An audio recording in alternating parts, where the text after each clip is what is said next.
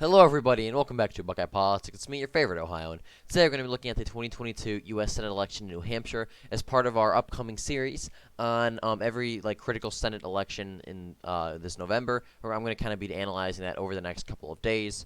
We're going to start in the state of New Hampshire, which is pretty fitting actually, because New Hampshire is one of the more interesting states politically. It is a very weird state.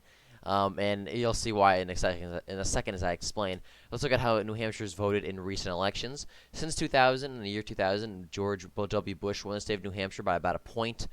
He defeated Democrat Al Gore by about a point or so, and Bush ran as a non-interventionist, I guess you could say more or less generic Republican, generic conservative.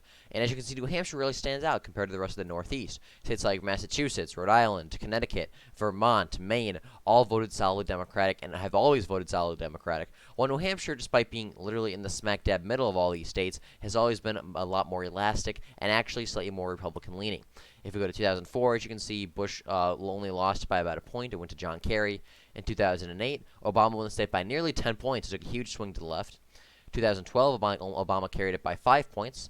If we go to 2016, Donald Trump only narrowly lost the state. It went to Hillary Clinton by 0.37. It was, I believe, the second closest state this election cycle after Michigan. Yeah, after Michigan, New Hampshire was the second closest state in the 2016 election.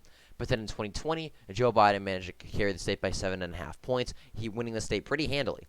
So New Hampshire, like you can see here, it's a very elastic state. It swings back and forth a lot. It votes solidly Republican one cycle and then solidly Democratic the next. And it's especially prevalent if you look at the Senate elections like we're going to. In 2020, Jeanne Shaheen, the incumbent Democrat, won by like 15 points. Go back to 2018. 2016, Maggie Hassan, the Republican, won by 0.1. It was very close. Let's go to 2010. So Kelly A. Annette, the Republican nominee for Senate, she won by 23 points. She got 60% of the vote, and she won by 23 points in the 2010 New Hampshire Senate election.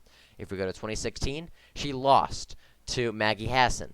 So, and then if we go to from 2020, where the Democrat won by 15, and go to 2014, they only won by 3. So like I said, New Hampshire is a very weird state politically. It votes solidly Democratic one election and then solidly Republican the next. And so that's why it's going to be an interesting state to watch this election because the incumbent Republican governor, Chris Sununu, is very popular. He wins by huge margins. And so because of that, as well as New Hampshire being a little bit more of a competitive state in the Northeast, a lot of Republicans have made the state a prime target for a possible pickup to defeat Maggie Hassan, the incumbent Democrat, and go on to pick up a seat and possibly help us retake the Senate. And I think it is possible we flip the seat, although it's going to be very interesting to see how we do that. So we're going to go down here and look at the Republicans running for Senate. You can probably see them at the top of your screen already. We're going to look at them in a second. And there are a bunch of people running, as you can see. And right now, if we look at the pollsters, there's only one pollster that's on Wikipedia, but there have been a couple others that have Chuck Morris doing very well. But this one from back in April has Don Bolduc, who is a general and a U.S. Armed Forces veteran. He is currently leading this race by huge margins at 33%, while everyone else is at like 1, 2, and 4%. So basically, you would think Don Bolduc has this race locked up, but there's been other polls that are not on Wikipedia that have Chuck Morse, who is the former, I believe he is maybe the current New Hampshire State Senate Majority Leader. Let's go up here and look. Let's see. Yeah, he's the president of the New Hampshire State Senate. And he's the former governor of New Hampshire, a former acting governor, because there was someone who retired or moved on. So he has been in New Hampshire politics for a long time, and because of that, he is well known across the state. And so we're going to look at these two campaigns. We're going to look at Chuck Morris first. And now Chuck Morris, he is a more, I guess you could say, libertarian candidate. And that's the thing about New Hampshire politics. New Hampshire is a weird state politically, we talked about. New Hampshire. It's sort of like it's probably the most libertarian state, I would say. It's very socially, like on social issues, whether it be weed, gay marriage, not prison sentences, jail reform, social justice stuff. They're relatively liberal. I mean, they're not like super far left progressives, but they're relatively left-leaning on social issues like gay marriage, weed, stuff like that, like criminal justice reform, things like that. They're pretty left-leaning. But then on things like economics, such as taxes, really, economics. The only thing at the state level that really is economic leaning is taxes. Taxes in New Hampshire, they're very conservative on that.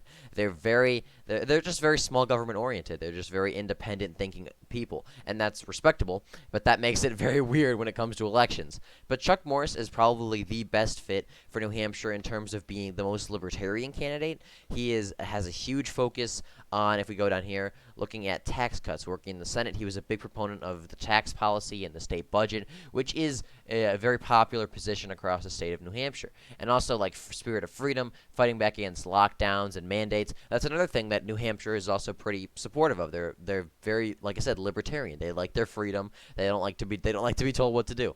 And Chuck Morris is also running a sort of like he said that he's a small business owner. He's worked for everything. He's not an Ivy League insider. He's not from D.C. He's a small business owner who's worked in government, who's worked locally in New Hampshire to make the state better.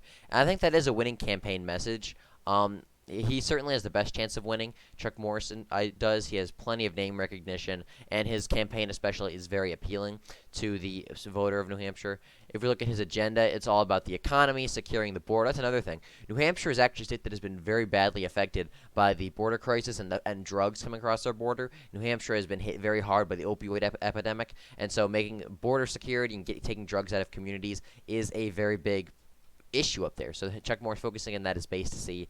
And like I said, he has a lot about taxes, parental rights, and but on social issues, from what I've seen, he is pretty moderate. So he's a very conservative on economics, which is a good fit for the state. On social issues, he's still conservative, obviously, with immigration and parental rights, but he's not. He's a little bit more, I guess, more moderate. And that's a winning message in my opinion. I think Chuck Morris is definitely the best candidate to win this race. But there's also Don Bolduc, who is running, who is, like I said, a retired brigadier general, and he is definitely the more conservative candidate. He focuses on the borders, economy, energy production, world leadership, defense of our liberties, and so. But Don Bolduc, especially, if you look at his platform, it is very focused on election integrity and and like abortion and slightly more conservative issues. So while Don Bolduc may be decent on certain issues, like he's definitely the more conservative candidate in the race, and he's just not going to win because he's just not. New Hampshire is not a good fit for a candidate like him. So I do like Don Bolduc a lot, and I would support him if he did get the nomination. I do think that the best case scenario for the GOP is if we nominate Chuck Morris, who's going to be great on the issues, and I think he has the best chance of taking on Maggie Hassan. So the question is, can he win? Well, you come down here and look at the polling. All the races we have most people have the races lean D, 538, aka 527, the most crappy pollster out there is a race likely D, but really all the pollsters that actually have brains have the race lean D to toss up.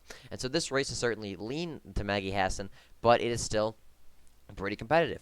If we look at polling, Maggie Hassan is beating Don Bolduc by only about 4 points, so that's why I think Don Bolduc does have a chance if he gets the nomination. I'm not saying he wouldn't win if he gets the nomination. I just think Chuck Morris is a better candidate. But Don Bolduc is only down by about 4 points to Maggie Hassan. As you can see here, he's losing by 9 points, 4 points, 1 point, 5 points, pretty wide margin. But he is down in a lot of these polls. If you look at Chuck Morris, he is actually beating Maggie Hassan in a poll, and overall he is more competitive with Maggie Hassan. And so because of that, I do think if Don Bolduc is the nominee, I'm not really sure because some polls that are not the Wikipedia only has one poll for the Republican primary, and that has Don Bolduc up huge. But then again, there's other polls that have been done that are not on Wikipedia that I've seen that have Chuck Morris being up pretty handily. So it really just depends who the nominee is. If Don Bolduc the nominee, I think that Maggie Hassan will very narrowly hang on and win re-election. But if Chuck Morris is the nominee, then I do think he will beat Maggie Hassan by maybe about a point or so. But no matter what, this race is going to be very competitive. Probably one of, if not the closest race of the cycle in terms of the Senate elections. So thank you for watching this video. I do hope you enjoyed, and if you did, please like and subscribe for more.